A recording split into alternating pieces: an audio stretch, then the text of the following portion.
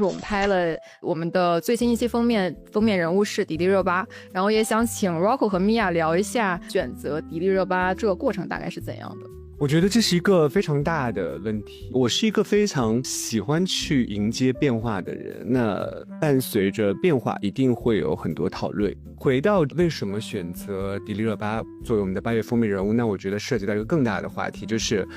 在我当主编的 Vogue China 的时代，我们会有一条怎么样去选择封面人物的标准。我一直以来都在跟这个标准做磨合，在过去的更长一段时间，就是 Vogue China 的第一任主编 Angelica 张宇在任的时候，他形成的一套标准，那一句话就可以说，那就是拍电影咖。我未必觉得这一定是 AC 当时的一个标准，但是在所有的舆论层面，大家就是觉得这是最好理解的，同时大部分的封面人物也是能够放进去的，超模、电影咖，就是这两个。我们的这个时代呢，在 COVID 过后确实是迎来了一个更剧烈的变化，尤其是在时尚行业，那包括但不限于去年在9月份的时候，一个大家说的那个 musical chairs， 就是各大 fashion luxury brands 都迎来了自己的新的 creative director 或者是 artistic director， 就是整个的这样的一个创意主脑都在变，包括其实我觉得我们的中国的消费者也在逐渐的变得越来越成熟，越来越 sophisticated， 他们可能不再会容易被一些简单的一些叙事所影响，不再迷恋 logo。 那其实这个整个的一个大环境，尤其是与 Vogue China 更息息相关的一个时尚行业和泛时尚行业都在变化，包括娱乐产业其实也在变化嘛。那我们现在呢，这个电影行业确实是也比较 struggling， 那电影造星的这个能力呢，其实也是在变化。如果是你纯粹于奖项来定义一个所谓的演员是不是电影咖，其实也很难，因为其实真的没有那么多的好的作品出来，就很难去让演员在国际范围内、亚洲范围内获得一些主流奖项的肯定。我自己觉得，当这一套评价系统的一个根基开始动摇的时候，我一定是想要去重新设置一条标准。但是过去其实像在第一任主编 AC 的时候，他花了那么长的一段时间，在那么一切都是蓬勃向上的一个时代，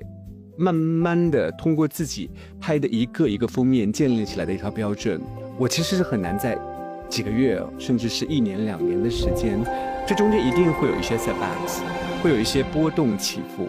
但我经过这2年的摸索之后，越来越比如说一定要是凝成一句话来选择当下的 Vogue China 的标准是什么，我觉得可能 maybe 2句话吧。第一句话我觉得就是我想要去拍摄那些有文化影响力的人，第2句话我觉得是在这个基础上，我想要去拍摄那些可以塑造我们对于女性想象力的。我觉得第1句话是比较好理解的，就他可能是通过自己的一部影视作品，他可能是通过自己对于时尚的一个诠释，他在自己的行业，不管是科技啊、AI 啊、运动啊、艺术啊，他通过自己的卓而不凡的成就，然后拥有了自己的文化影响力。那第2个点就是在于，我们是一本其实是与中国女性一同成长的一本时尚刊物嘛，女性她是能够以自己的一个 life story， 或者是以自己的一个成长和蜕变，能够去塑造人们对于当代女性的一个想象力。回到热巴这个点身上，我觉得她在这个方面是塑造了人们对中国女性的一个想象的。她是那种明艳的、大气的、开放的一种美。大家可能过去对于中国女性的一种想象，可能还是更加的偏温柔婉约。那我觉得第2个维度，我觉得是一个有趣的点，就是她的一个成长线。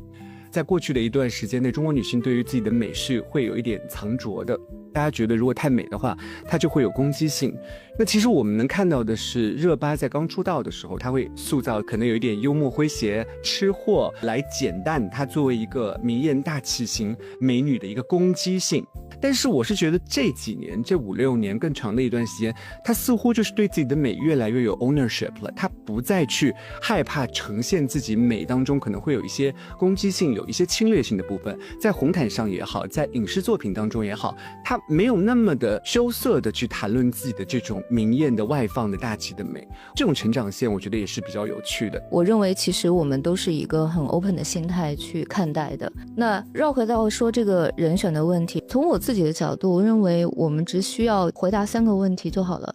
他有没有影响力？他是不是一个很有影响力、很有文化这个相关性的人物？我觉得 Vogue 一个很重要的基因就是 fashion 对我们来说是最重要的一件事情。